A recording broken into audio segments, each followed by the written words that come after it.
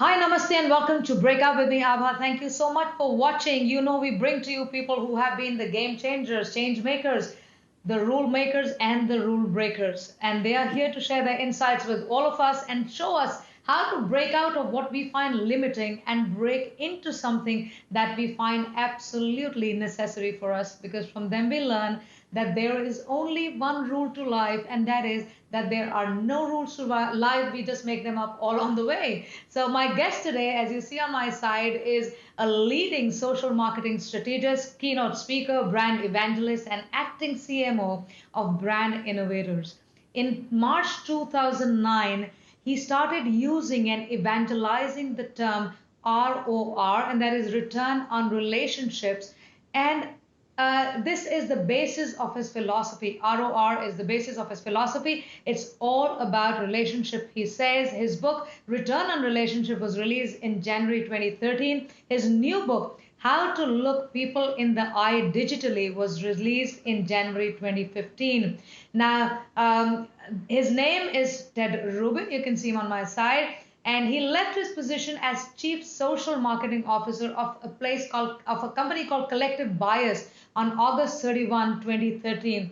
And the co-founder of Collective Bias, John Andrews, this is what he says about Ted. Ted, you were the vision, heartbeat, and soul of Collective Bias. Thank you for building a great company, from innovations like CB Socially to the amazing relationships you built with the blogger community, clients, and employees.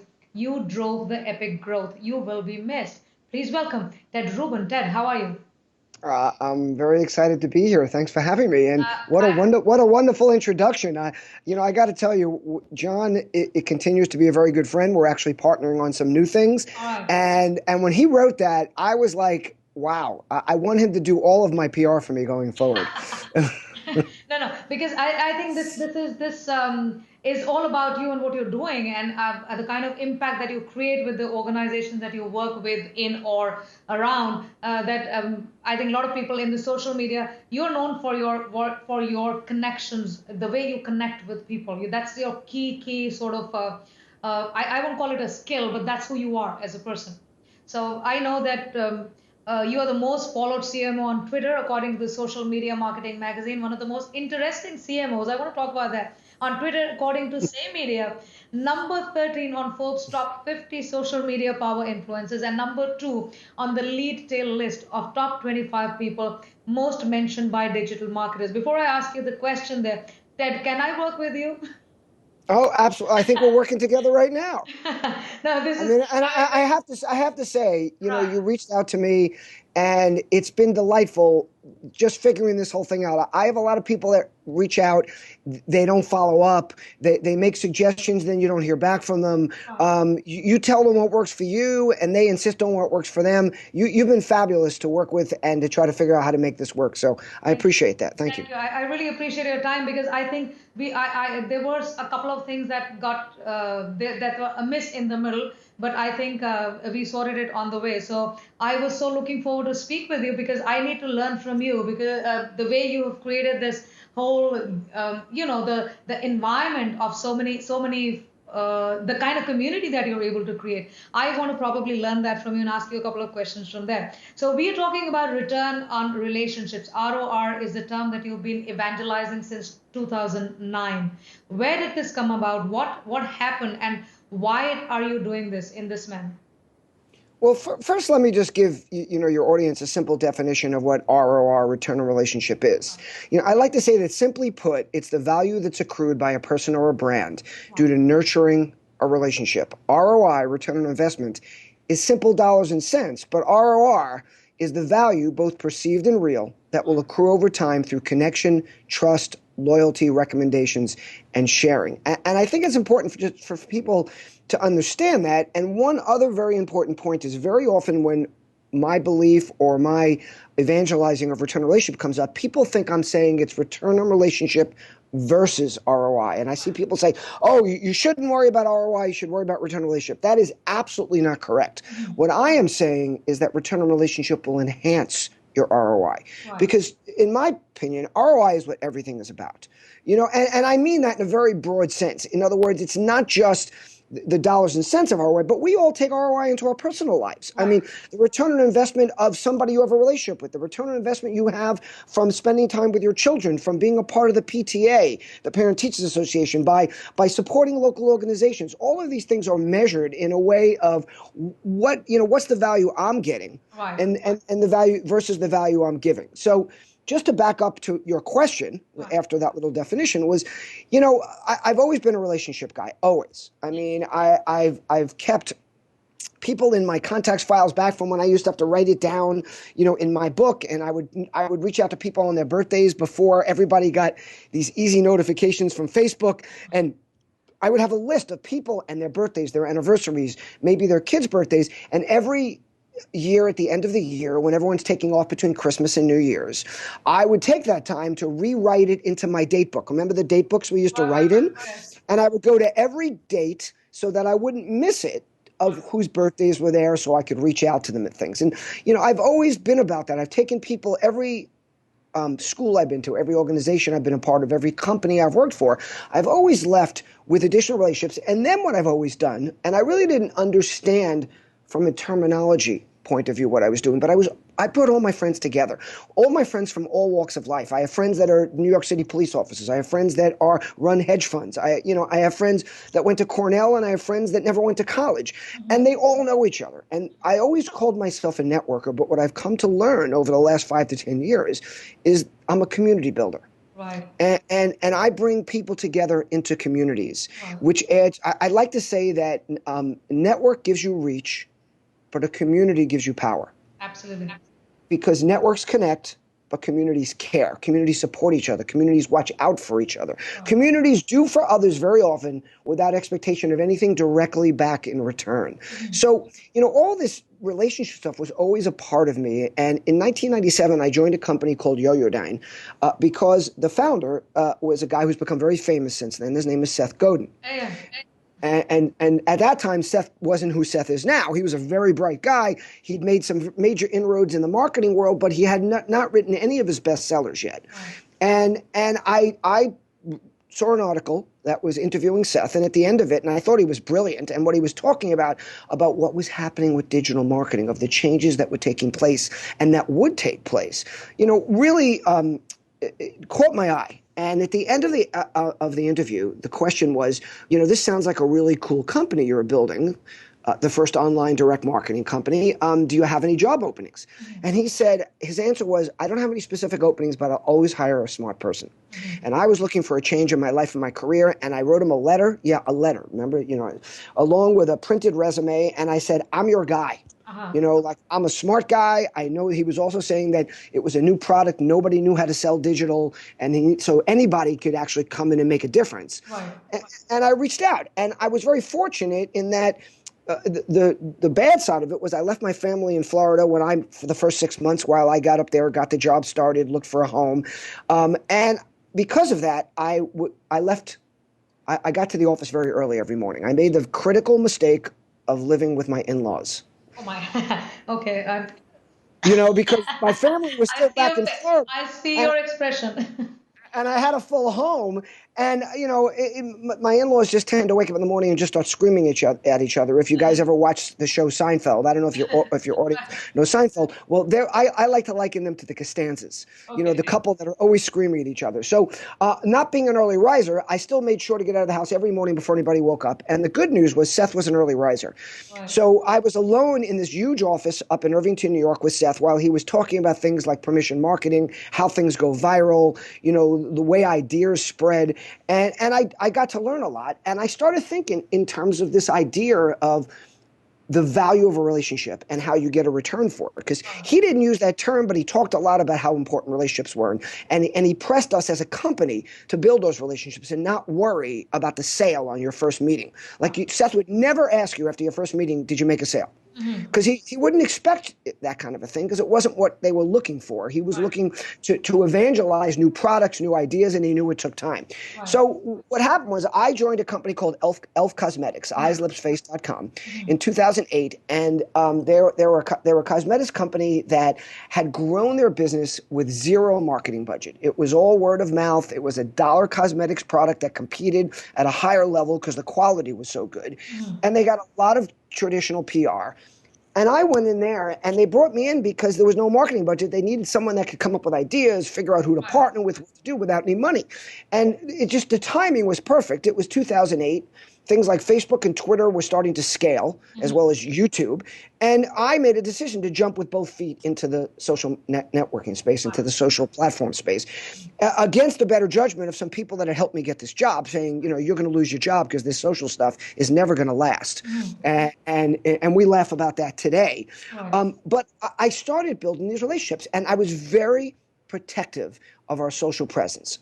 My good luck was I was at a small company who didn't have budget, so anything I could do without big dollars to buy media, they were happy with. They also had no legal team, so nobody was sitting there like the big companies telling me what I could and couldn't do. And like companies like Estee Lauder and Sephora and L'Oreal, they were afraid to be in the space at the time. So I was able to build this very big footprint. And then I was very protective. I didn't want to market products. I didn't want to give coupon codes. I didn't want to just say buy, buy, buy. I wanted people to talk about our product, to spread the message. But again, I'm at a company, and we'd have weekly meetings, and the CEO and the founders would say to me, so when are we going to start selling on social media? When are we going to start doing this? And I kept pushing back. And finally, one day I'm in their office, and they said, listen, you've hired a few extra people. You're putting a lot of your time towards this, because my personal brand became a very big part of their brand in the social space. They said, what's the ROI? We have to know what the ROI is. And I had been thinking in terms of relationships, and all of a sudden, literally just sitting across from them, I said, guys, it's not just about ROI. It's about ROR. And they looked at me and they're like, what's that? I go, it's return on relationship. And I got very lucky because I had no meat behind the concept yet. It was all just floating around in my head. And they look at me, and these two real numbers guys just sit there and they start looking at me and they go, return on relationship. Can you tell us more about it? And then, thank God, they looked at their watches and they said, we have another meeting in a couple of minutes. So let's not talk about this now. Let's meet again next week. And we want to hear more about this return on relationship thing. And I'm like, oh my God. And now I've got to come up with some, I can't just go in and go, well, relationships are nice. So the first thing I do, which I still do to this day when I have an idea, is I tweet it out. So I leave there, but this is probably January 2009. I have about 2,000 Twitter followers, which at the time was considered a lot. I leave their office. I tweet out, it's not just about ROI. It's about ROR, ... return on relationship. And within 10 minutes, I probably had 20 retweets. And that's a lot for back then. And things like, wow, I love that. Tell us more. So I started conversations online. I started putting out ideas. I started writing about it. And it started getting some meat around it. And then when I was able to meet with them the next week, I was able to, first of all, show them how interested people were in the concept right away. That shows some value if people are asking about it. And I was able to start talking more in the points of trust and loyalty and how you build long-term relationships with customers. Because what I've come to learn, and by the way, I didn't come up with this that very first week because it takes time, is that it's very hard for people in the C-suite, especially CEOs and CFOs, chief executive officers and chief financial officers, to understand the value of, things like conversation, like advocacy, like the word advocacy, like the word about sharing.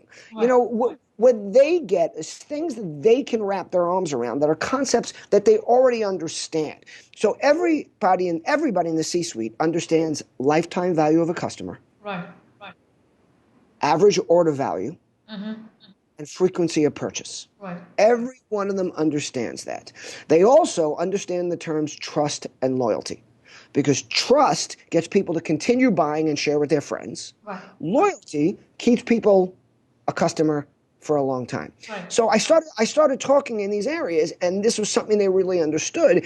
And then I started showing them the growth of our referral rate of business from social channels. Now, it didn't come close to what we were doing in other channels, because not only was it new for us, but it was new for the world. And even today, social is still not, in my opinion, a place where you're going out to sell.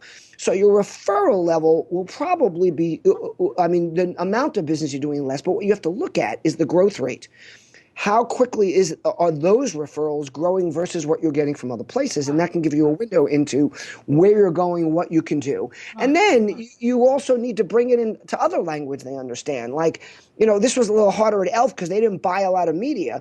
But if you're at a company that buys a lot of media, any kind of ads, you all know what it costs to buy those ads. You know what it costs to get a banner ad up, to buy a TV commercial, whatever it happens to be, to send out emails. There's a cost to all of that. Mm-hmm. So if other people can start doing that marketing for you, right, and you can measure the amount of times people share your content, talk about your product, recommend it, right, then you can measure that against what it costs in other places and come up with a very, very measurable way to understand the value of what you're creating. So this is where a lot of it came from.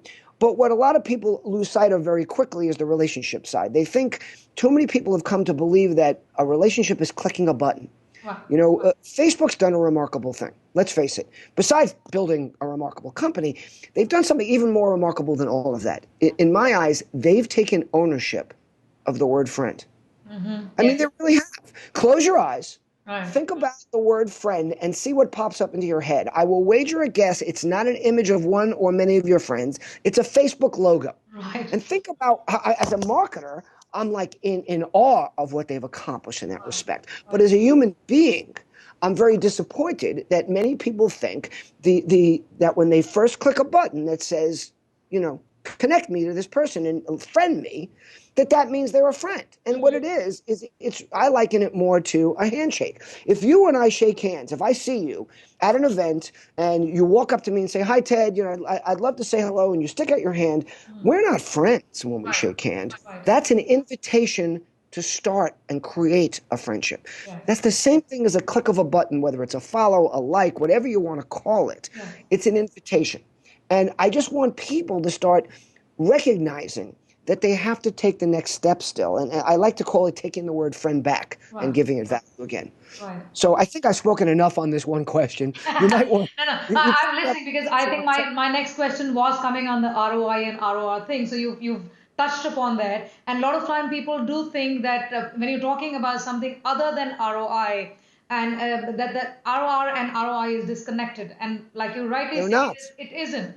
And it is an important, probably the prelude to the ROI, and we got to understand how to plug that in.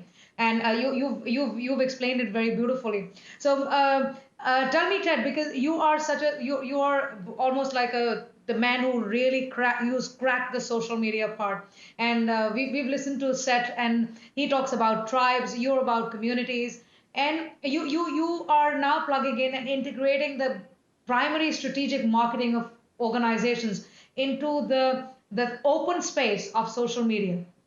And you're like the how we push it out, how we thrust it out, how we give it to people, what works, what doesn't work, what are we supposed to look at when it comes to social media? Because you talked about C-suite people, they don't get it right.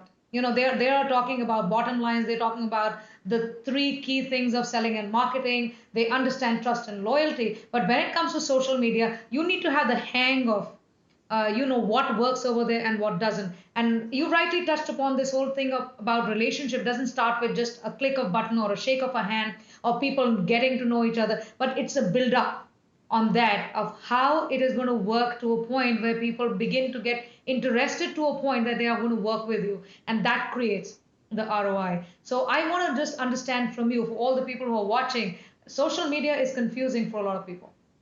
We like to hear the word community. We love to know that we can build tribes. But when you get down to doing it, you got 700,000 followers on Twitter, right?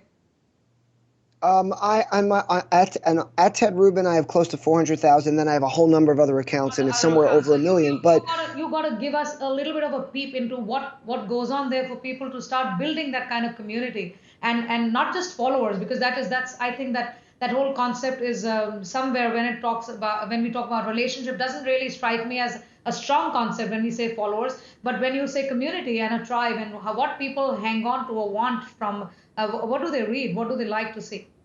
Well, first of all, hold that thought and make sure I don't forget to come to it because I tend to sometimes go off in different directions. Okay. But you said a lot there, and there's something I want to address. You said that people in the C-suite don't get it. I think what we have to give them credit for, especially if you're trying to work with people in the C-suite, either as a vendor trying to sell them something or as an employee trying to get them to wrap their arms around something that you want to accomplish, is that they're under different pressures than we are. Right. So it's not necessarily that they don't get it. It's very often who they answer to. It can be a board of directors, it can be shareholders, it can be both. Right. It's what they're held accountable for. Right. And it's also the fact that this evolution doesn't happen overnight because they are certainly not on the front lines. They're doing other things. So we have to just understand that it's not as simple as saying they don't get it. It's number one, it's having some empathy or some understanding or some awareness of what they live with and being able to give them the tools to deliver what they have to deliver. So I think that's to reframe that because yes, I should reframe that because I may it have was, gone wrong there because I think what I believe is because they are in a different circumstance where where what they're addressing is totally different from what we no, do. but it's okay what you said because it's what a lot of people say, and I hear it all the time. And by the way, there are plenty up there that just don't get it. But in essence, at its heart, it's not necessarily don't get. It's where they live and what they have to do every day. Whereas we live in another place, just like I live in a place where social media is my life. So, I have my finger on the pulse maybe much more than even a VP of social media at a company who has a lot of other things they have to deal with. And it's really important that we recognize that when we're trying to sell something through or get people to understand something or to understand, like people will say to me, like, isn't it frustrating for you that you've been talking about return on relationships since 2009 and most people still don't get it? I go, first of all, no. The one nice thing is I can keep talking about the same thing and I don't have to think of too much more. But more importantly, we are making progress, and these things take time. Everybody wants things to happen overnight. Now back to your question about, as far as what people do, and I think the biggest mistake people make is they think of this as something different than just what they do in their everyday life. Now granted, I also talk a little bit about how we're losing some of those interpersonal skills because we're always looking down at our devices or we're forgetting how to say hello to people, how to engage with people. But even Generation Z, even the youngest people who are growing up with devices, they go to school, they go to classes, they play sports, they do know how to engage and build friends, okay? And what's happening is I think a lot of those kids know how to take those skills to the digital world. I think it's more some of us people in later walks of life who didn't grow up naturally with these tools that don't understand that it's just not that hard. Talk to someone the way you would, the same way we're talking here, or if you bumped into them on the street. Would you start a conversation with somebody in a parking lot and ask them a question and then turn around and walk away? Of course not. You'd wait for them to answer. But on social media, we tend to ask that question. But because we're digital and maybe we're not face-to-face with that person, we think it's okay to walk away and then maybe not come back to that conversation for hours. And look, there are times when that's appropriate. If you know the other person on the other end is answering in between a meeting and they might come back later. But very often, these conversations are taking place in real time on Twitter, on Instagram, on Facebook. And the brand or the people are just walking away. So think of this the way you would with anything else. Also think about the fact that if I'm standing in front of you talking, if I want you to like me, I'm probably going to smile. If I want you to hear me and pay attention to me, I'm probably going to look at you in the eye while I'm talking to you, not gaze all around and not pay attention. Why? Because I'm sending a message that I'm paying attention to you. I'd like you to pay attention to me. We all understand a lot of these signals face to face, but we lose them digitally. And it's the same thing. If I'm and also I would call you by name. Now I am gonna have to excuse myself because how do I pronounce your name? My name is Abha. So a lot of people, Okay. you've heard of the music group Abha. So people, it's easier to remember that way. So it's Abha. So people say Okay. Abha, Abha. I hear both of them.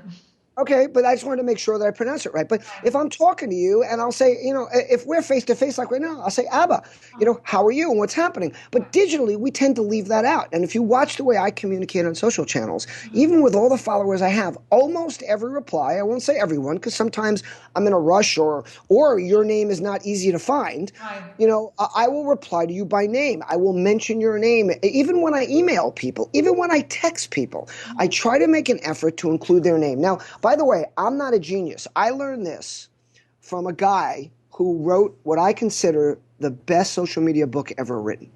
And that is? Well, you'll be surprised because it certainly wasn't written by me, and you might guess a whole bunch of other, social media speakers or gurus or experts. But I'm going to give you a clue. That book was written in 1936. All right. So I And will. it was written by a guy named Dale Carnegie, Okay. and it's called How to Win Friends and Influence People. Right. And as far as I'm concerned, it's still the best relationship book ever written. I have a copy on my iPad, on my iPhone, on my computer. I have a copy on my coffee table, and I have an original copy that somebody bought for me because I talk about it all the time. And in that book, Dale Carnegie teaches you how to connect with people, what's important to them, talking about things that are important to them rather than things that are important to you. And these are things that brands are starting to learn are important for them to do. But more importantly, call people by name. He likes to say that the most beautiful word in any language to any person is the sound of their own name. And it makes things more personal. So one of my tips is when you respond to people, respond to them by name. Not if you're having a back and forth, so did you go here? Yes, I did. But in that initial, you reach out, you say, Ted, I'd like to know if you can help me out with a little advice. And I write back and I go, Abha, I'd be happy to help you out, instead of, yes, I'd be happy to help you out. Right. Now, I'm not saying it's a requirement. And there's a lot of people out there that are just too busy or doing too many things. But I tell you, if you start doing it, and yes, it's hard work, you will notice the difference in a short period of time about the way the people talk about you, the way they act about you. And I like to say, and this is really important, that a brand is what a business or a person does, but a reputation is what people remember and share. So more people will say, oh my God, Ted replies to everybody, or Ted always finds time to speak to people, or, Ted looks at you when you talk to him, rather than they'll say, oh, Ted's a social media strategist, or, it's about things that the way you connect with them. That people remember and share. That becomes your reputation. And that's another thing that we do in our personal lives. Oh, Abha always has a chance to stop and say hello when she's on the line at the supermarket. Or, Abha always returns phone calls. Or, Abha, when you wave to her on the street, she always waves back. This is reputation. This is what people, and this is what we learn from the real world that we need to start bringing. And that's part of my book, How to Look People in the Eye Digitally. Which is, and again, that's the difficult. When you say people have difficulty with social media, that's one thing. They have difficulty because they look at it, they think they're in a digital world because they're typing on a computer or on a smartphone. But social really isn't digital. Social is personal. So if you think of it the way you think of any other kind of personal interaction, I think it'll help your followers and your audience a lot to wrap their arms around it. And then one of the other things, and this is something I pride myself on, is be you. Stop trying to be somebody else. Like so many people are one person in the real world, and you hear this all the time. A compliment is when someone says, oh my God, I met Abha, and she's just like what she is online. She's so warm, she's so smart, she's so sweet. And that's a compliment. That should be, of course she is. I'm not saying it's not good when they say that. But what happens is it's such a surprise to people because so many people they meet in real life. I mean, how about the people that have pictures that are glamour photos? Or I like to say the photo that was taken in college and they're 50 years old. Like, oh my God, you don't look like your picture at all. Well, that's because it's 30 years old or because it's been fixed over, and it's been made into a glamour shot. Post pictures that are really you. Talk about your real life. I share about being a divorced dad. I share about the fight to keep my daughters in my life. I don't hide those things. I also speak my mind. Now, granted, I have a major advantage is that I work for myself. And yes, I do work for brands and I do work for startups, but I'm not employed by them. So my Right. contracts don't allow for them to say you can't say this or you can't say that or things like that. So truth be told, I can't tell you everybody can do this because sometimes you do work for companies and you have to be a little bit more careful with what you say. But I speak my mind, and I'll speak my mind about. I mean, people recently are like, "Oh my God, all this talk on social media about politics is disgusting." Why is that disgusting? Right. Politics is a big. There's a very important election going Well, on in yeah, this part of country, our, yeah. We live and that every day. now what I agree with is don't get nasty. I Mm-hmm. mean, one of my hashtags and one of my Twitter handles is just be nice. Mm-hmm. I have a Twitter handle, just underscore the letter B underscore nice. Right. But that doesn't mean you can't say what you mean. That doesn't mean you can't say, I'm for Trump, I'm against Trump, I'm for Clinton, I'm against Clinton, or take issue with what they say, or help someone get elected or try to stop someone from get elected. Right. And I hear people saying, "Oh my God, like I'm blocking people that talk about politics." Mm-hmm. Why? That's part of their life. Mm-hmm. So, again, depending on who you work for and what you do, there might be certain constraints, but if you're yourself, Right. there's nothing easier to be than yourself. Right. It's very, very hard to be somebody else. Exactly. It's hard to keep Easiest. up that. So people, and then also I share the good, I share the bad. Like people also talk about how, well, a lot of people get depressed on social media because everybody just puts up the good part of their lives. Mm-hmm. And everything is wonderful and look at the beautiful scenery. And so what I say is don't be like that. Share a lot of things. Share your disappointment, share your sadness, share your depression, share the good things, share your joy. Mm-hmm. But if you do these things, first of all, you're letting people into your life and your world. And how else? That's how you build relationships, Right. right? You get to know each other, you engage with people, you interact with them, you talk to them, and then it becomes a relationship. I mean, and by the way, you can call someone a friend after meeting them for only 10 minutes if you actually get to know them, put your arm around them, embrace them. I like to call it hugging them. Right. Getting to know things about them. I walk away very often saying, "Oh my God, I just made a new friend." Right. But then, like any friendship, you've got to nurture it. My daughter, I've gone, as you know, through a lot of trials and tribulations. My daughters were alienated. My ex tried to take them away from me. This is very public. It's on my website. If you Google Ted Rubin divorce, it all comes up. It hit the papers in 2010, unfortunately. And what my daughters used to look at me and say, their mom has something called borderline personality disorder, and it makes them very dissatisfied with friendships. So they tend to move from friendship to friendship. And my daughters would look at me sometimes and say, "Daddy, you have so many friends." And I wanted them to understand very quickly that I might be a nice person, but that's not really why I have so many friends. I have a lot of friends because I work very hard at maintaining and building friendships. Wow. It's hard work. I reach out to people on a regular, not every day because there's a lot of them, but every day I reach out to somebody. I connect with somebody. I talk to somebody on the phone. I connect with them digitally. It's hard work. I reach out to friends I haven't seen in a long time. You know how a lot of us haven't seen a friend in a long time and we want to reach out to them, but then we feel, oh, they're going to want to know why they haven't spoken to you, or it's going to be too hard. I do it anyway. I search for friends that I haven't seen in a long time, and then I'll reach out. And, sometimes it's amazing. Sometimes it's disappointing. Mm-hmm. But regardless, I'm never disappointed that I maintain that and that I touch base. And by the way, that might be one dinner every 3 or 4 years because it's that kind of friendship. But then we have the advantage of all these platforms where we can see into our friends' lives without necessarily being with them. We can share their joys. We can commiserate their disappointments. We can support them in a lot of ways. So to me, when you do all these things, your social media presence will naturally grow. Mm-hmm. And then also remember another thing, and I think this is really important. Number one is it's not about the size of your network. Mm-hmm. It's about the value of your network, your community. Your community might be 20 people, and that makes you happy, and that's plenty. Right. And by the way, as far as if you want value out of that for a business, if you influence every one of those 20 people, mm-hmm. that can be way more valuable than the guy that has 100,000 followers who influences nobody. Right. So there's lots of different ways. And then going back to something you brought up way back in the beginning when we first got on this call, you talked about how things are evolving every day and there is no set way. Mm-hmm. There's no set way to say what makes a friendship valuable. That's an individual thing. I might value our friendship where we might speak once every year or so, more than somebody I see every day. Right. It's only me that can value that relationship and that friendship. So a lot of this is about experimentation. It's about what's individually important to you. Mm-hmm. And the same thing with social media. A lot of people say, oh, you shouldn't do it that way.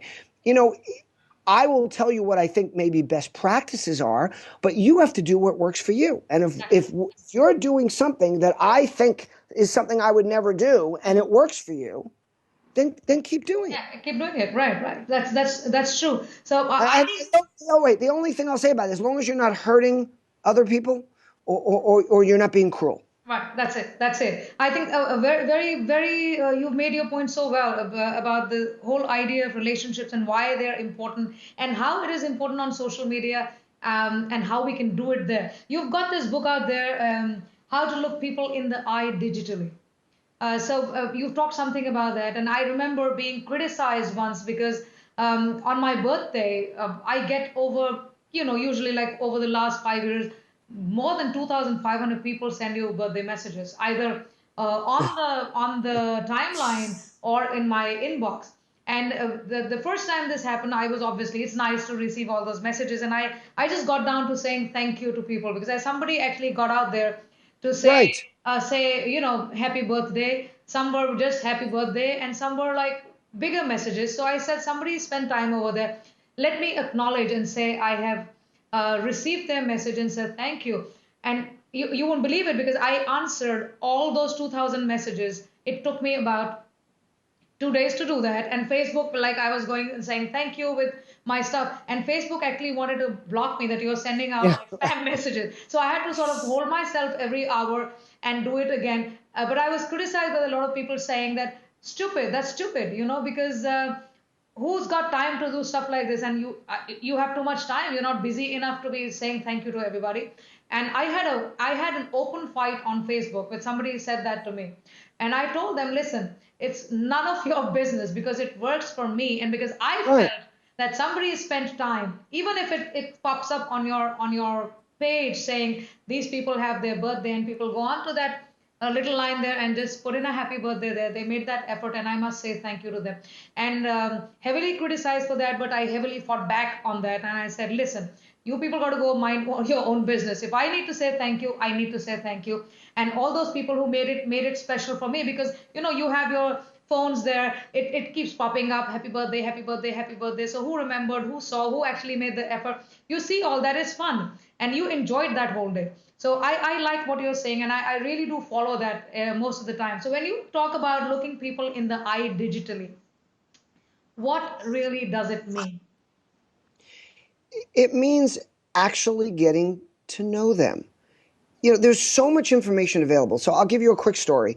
I'm 58 years old, so we're talking a long time ago. Back in 1980, I graduated college. I got my first job. It was a sales job in the investment area, and my dad was a salesman, so he's was kind of anxious to see how I would do, and he calls me up the first week and he says, so do you have your first appointment? Did you get an appointment? I go, yeah. And he goes, when is it? I said, Friday. He goes, what time? I said, 10 o'clock. He goes, what time are you going to get there? I said, I don't know, about 5 to 10.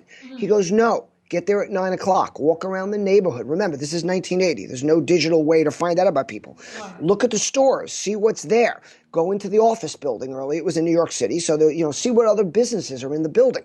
Right. Get into the office at least half an hour early. Look around the office. See if you can be fortunate enough that maybe his or her secretary or assistant can put you in the office before your meeting. Look at the walls, see what diplomas are there, what photos are on the desk. Is he a father, a grandfather, a golfer, a fisherman? Find points of emotional connection. So you can talk about something important to your prospect or your potential customer rather than what's important to you. And this will get them talking and open up. And, of course, it was amazing advice. I used it, the rest of my career. I still do. And today, you have the ability to know so much about somebody before you talk to them. And what kills me is I'll go into a meeting with the salesperson or business development person from a company that I'm from a startup that I'm working with or something. And the first words out of their mouth they'll look at the person they're meeting with and say, so how long have you been at Unilever? And I'll be like, oh my God, like, didn't you even look at their LinkedIn page? Right. Like, what you want to make is a comment like, wow, you've been here for 5 years. That's really cool. Or making a remark that lets them know you know something about them. Right. And it's just so easy to do now. So to me, that's a lot about what looking people in the eye digitally is. Always address them by name. Find something in their bio and Right. make mention of it. Show them that you're listening to what they're saying by referencing something that they mentioned in a conversation or a blog post or on their Facebook page. Make it personal and authentic. Find them on all different channels. Send them a little note. Send a thank you note in a traditional form rather than a regular way. Or back to what you were talking about, like when I make birthday comments, I put a nice quote. I don't just say happy birthday. Right. I write something a little bit more endearing. I don't ever connect with people without a personal note. And people tell, oh, I don't have time for that. I just collect, LinkedIn, I can go and I went to a conference, there were 300 people. If I get a card from 300 people, every single one of them will get a note from me. Right. Now, granted, I'll write a lot of the same thing, but I'll also personalize it. I'll say, Abha, really nice meeting you at the social media marketing world last week. Looking forward to seeing you again another time. Would love to connect with you here. Feel free to be in touch with me anytime. That will make you stand out. I don't care about the time. I don't care how much time it takes you. I have gotten so much value out of that. I would say out of 300 people I connect with after an event, at least 20 of them will come back and go, wow, that's the first time somebody wrote me a personal note. And they'll feel a need to reply because I wrote them a note rather than just a generic LinkedIn request. Now, here's another thing I'll do. If you reach out to connect with me, and we know each other now. So first of all, I advise a personal note. But if you didn't send one and you just send a connection, I know you. I'm going to connect with you, but I will write you back a personal note anyway. And I probably will include in that personal note, Abha, if I were you in future communications, I'd write a personal note rather than the automatic LinkedIn request. Right. And I do this on Facebook, obviously not on Twitter because that's a little bit different environment. But I can tell you the value this has created for me. And when I write a quote or something a little bit more than just happy birthday on a birthday page, and yes, there's a lot of them. And every day, look, I have 5,000 people on Facebook that are my friends. I'm at their limit. And so every day there's 15 to 20 of them that are having birthdays, but I put something on their page that's a little bit different because it makes you stand out. And I will tell you right now, and I will tell your audience, whether you're a small business or you work for a big company, I will tell you it has made a difference in my life. I never advertise. I don't advertise my business. I don't sell myself. For the last 3 years, since I've been out of collective bias, all my business has been generated by my presence on social media, by the things I comment and post about, by sharing other people's content, by giving kudos to people, by supporting them, by making them feel good. People then notice me and reach out to me. And by doing that, they see my content. They see what I put on my blog. They see the things I write for other people. They get to see my work. They get to realize who I work with and what I do. And I get business that way. I mean, and a lot of that has to do with this personal connection, this taking that extra step. And look, I take shortcuts. Obviously, I don't write a separate personal note with and every one of them different to 300 people. I take a general, thing that I'm writing, but then I personalize it, and I don't use a software to do that, so it doesn't just drop in, Abha, nice meeting you, blah blah blah. I do it manually. And very often, if we really had a conversation that I got something out of, I'll put it like something totally unique in your little message, saying, loved our conversation about our children, loved it, hoping to see you and talk about it again. Right. And I will tell you is, yes, it's hard work. Yes, it takes up a lot of time and hours.